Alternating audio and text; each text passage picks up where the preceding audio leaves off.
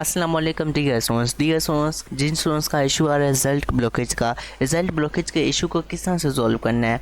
Result blockage के issue को इस तरह से सॉल्व करेंगे, जैसे आप यूटी के एडमिशन पोर्टल पर आते हैं तो उसके फ़ौरन बाद इन्होंने आपको एक नोटिफिकेशन जारी किया हुआ है जिसमें उन्होंने बताया हुआ है कि अगर तो आपका रिज़ल्ट ब्लॉकेज का इशू आ रहा है तो आपने अपने तमाम जो ओरिजिनल डॉक्यूमेंट्स हैं उनको आपने जो है इस ईमेल पर ईमेल करना है।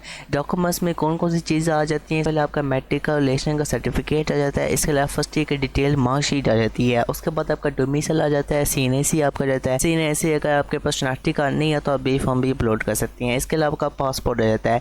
इन केस अगर आपके पास पासपोर्ट नहीं है और ना ही आपके पास डोमिसाइल है तो जो आपके पास इनमें से डॉक्यूमेंट्स ओरिजिनल पड़े हुए हैं तो वो आपने इस मेल पर इनको ईमेल कर देनी है। जैसे आप इनको ईमेल करेंगे तो कम से कम 2 से 3 वर्किंग डेज के अंदर आपका इशू रिजॉल्व हो जाएगा। डीएस फंड्स कंप्लेंट करने का मेथड एक तो ये है कि आप इनको इनकी ईमेल के थ्रू मेल कर दें। सेकंड नंबर पर आप क्या करने के इस फोरम पर जाएं, फोरम पर जाने के बाद मेन्यू पर जाएं, मेन्यू पर जाने के बाद यहाँ पर कंप्लेंट पर जाएं। कंप्लेंट पर जाने के बाद यहाँ पर आपने अपना सीएनएसी लिखना है, इसको आपने यहाँ पर सॉल्व कर लेना है। सॉल्व करने के बाद यहाँ पे अपना आपने नेम लिखना है, उसके बाद सीएनएसी अगेन लिखना है, उसके बाद आपने कंप्लेंट लिखनी है, क्यूरी लिखनी है।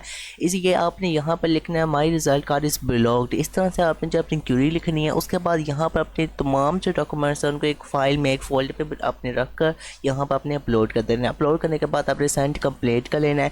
इस तरह से भी आपकी जो कंप्लेन है वो इन तक पहुँच जाएगी और ये कम से कम 2 से 3 वर्किंग डेज़ में आपका इशू रिजॉल्व हो जाएगा।